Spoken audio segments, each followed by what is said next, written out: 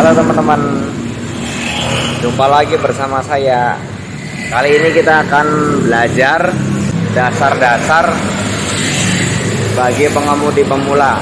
Apa aja yang harus dimengerti. Oke, ikuti terus ya. Jangan lupa di subscribe ya teman-teman, karena subscribe itu gratis. Oke, kita mulai. Jadi sebelum kita bawa mobil, ya, sebelum kita manasin mobil,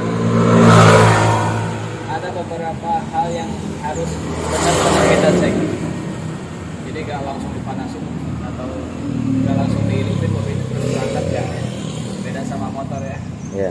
Kalau mobil harus ada yang dicek dulu. Apa aja itu yang harus dicek? Yang pertama oli mesin. Ya. Ini paling penting. Oli mesin ya. Warna masih kuning, masih bagus.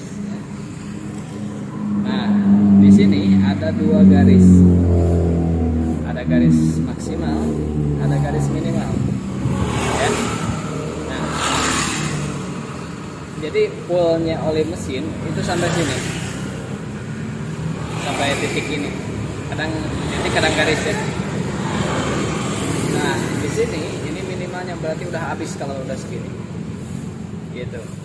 Jangan sampai si oli mesin itu sampai sini kalau bisa ya. Karena apa? Karena onderdil yang di dalamnya itu akan cepat rusak. Kayak seher, stang seher dan lain-lain ya. Yeah. Kayak gitu yang dalamannya lah ya. Dalamannya itu akan cepat rusak. Jadi nggak boleh si oli mesin itu sampai ke sini. Minimal lah kalau misalnya kurang itu paling segini juga sudah harus diganti kalau menurut saya. Oh. Gitu ya. Kalau lebih dari titik 2 itu gimana? Kalau titik ini nggak mungkin.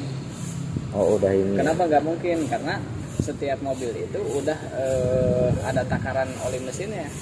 Ada yang 3 liter, ada yang 3 liter setengah. Gitu ya. Jadi nggak mungkin lebih dari garis ini.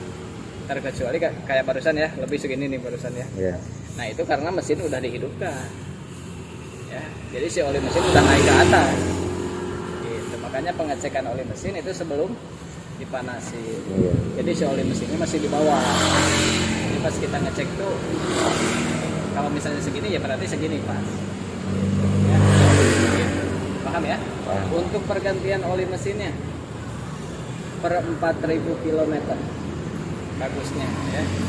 Tapi kalau mau 5.000 atau 6.000 boleh, nggak apa-apa. Cuman bagusnya di 4.000 km. Gitu. Jadi misalnya contoh, kalau A-nya ganti oli mesin itu pas kilometer 1.200 misalnya ya. Nah, berarti kalau A mau ganti oli mesin lagi di kilometer 1.600. Gitu ya. Yeah.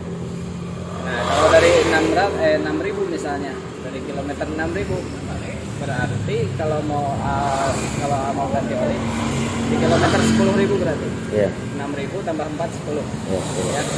Kalau misalnya kilometernya di 2.000 berarti ke 8.000 ya. Ke 8.000 kilometer. Gitu. Paham? Itu berlaku buat semua jenis mobil ya. Berlaku semua jenis mobil. Apalagi mobilnya bagus-bagus.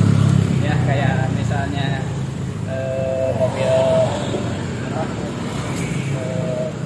Pajero atau Yeah. yang kayak gitu lah. Itu berarti wah mesinnya harus benar-benar bagus oleh mesinnya. Ya, paham ya? Yeah, Pak. Nah, tandanya ada tulisannya engine oil. Ini untuk pengecekan bentuknya seperti ini. Ya, ada tulisannya engine oil. Kalau nggak gini bentuknya kayak gini. Oh ya. Kayak gini. Nah, gitu ya. Bentuknya rata-rata gitu atau kayak gini. Nah, kalau udah beres, cara pengecekannya dicabut dulu, ya, dilap dulu pakai tisu atau pakai kain, ya, baru dimasukin lagi sini. Nah, baru cabut lagi, gitu. Oh ya. Kalau ini segini karena udah naik oli mesinnya belum turun semua, makanya di sini, gitu ya. Oh ya. Oke, paham ya? Paham. Itu oli mesin. Nah, kalau ini oli rem. Nah, kalau kalau untuk oli rem pengisian full maksimalnya sampai garis ini, nggak boleh lebih dari garis ini. Ini nggak boleh sampai garis ini. Ini ada tulisannya maksimal, penuhnya sampai sini. Oh ya. Oli rem bakal berkurang enggak ya. Kalau ngelihat misalnya baru ditambahin oli rem teh, tapi baru 2 hari atau 3 hari atau baru seminggu ya, si oli remnya tuh berkurang. Nah itu saya pastikan ada yang bocor. Karena oli rem, oli mesin ya, terus oli power steering itu tidak akan berkurang ya. Kalau misalnya ada yang berkurang itu berarti ada yang bocor gitu. Kalau oli mesin kenapa bisa berkurang? Kalau pemakaiannya lebih dari dari tahapannya itu pasti berkurang. Misalnya harusnya ganti oli mesin itu per 4.000 km atau per 6.000 km, ini udah 10.000 lebih, 10 km lebih belum diganti-ganti, nah itu pasti berkurang.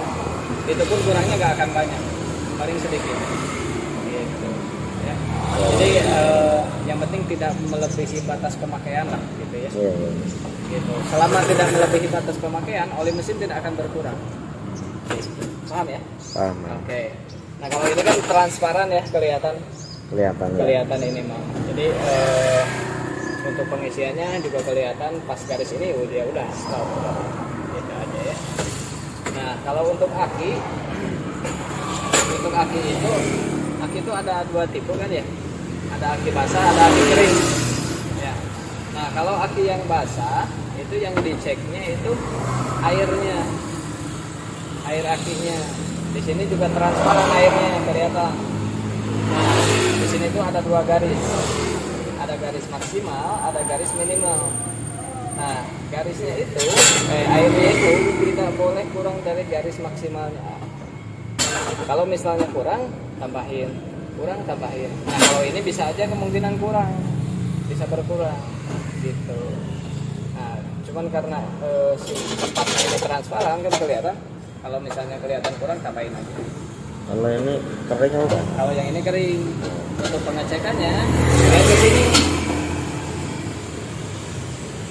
masih biru, berarti masih bagus ini. Kelihatan? Ya, masih biru banget ya.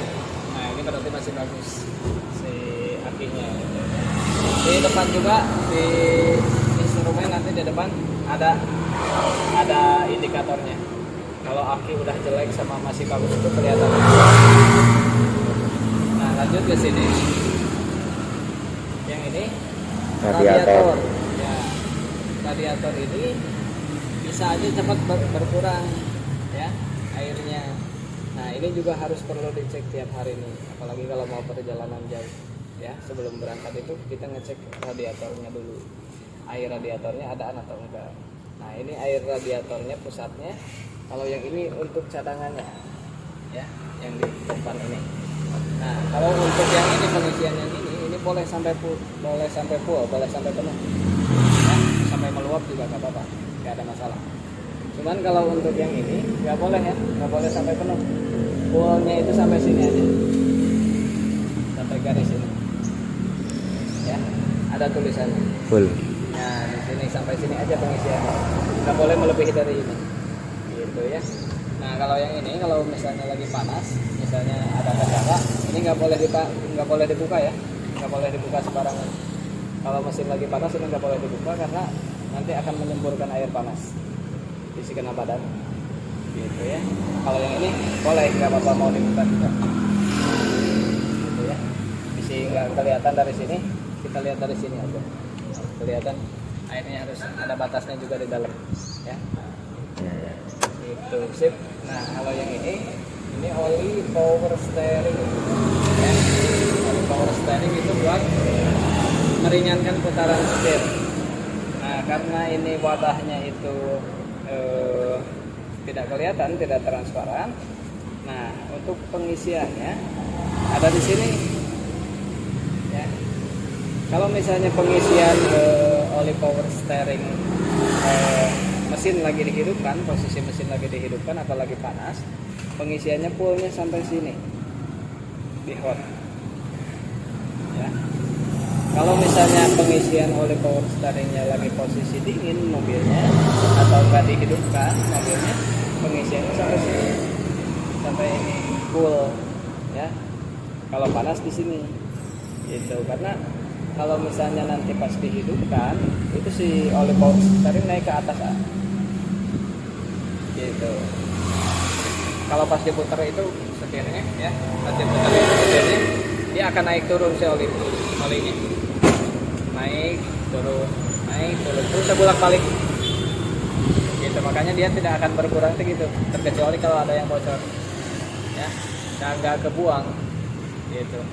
Dia bolak balik aja di situ, naik turun si olinya. Kalau misalnya setirnya sambil diputar-putar, gitu pengisiannya ya. Paham ya? Gitu. Di sini kalau misalnya pengen tahu, tinggal celupin aja. Masukin. Lihat olinya segimana. Nah, ini lagi mesin panas di sini. Lagi hot. Gitu ya. Kalau mesin cool di sini. Lagi dingin. Gitu ya. Paham ya? Oke.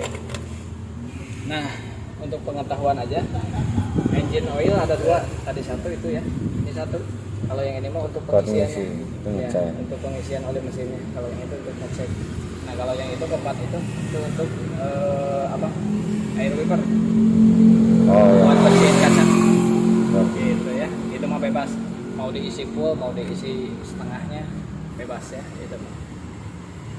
Gak ada nggak ada tahapan harus segimana nggak ada, gitu. Paham ya? Paham. Oke, untuk perawatan oli mesin segitu cukup. Oke, tinggal kita lanjut ke dalam.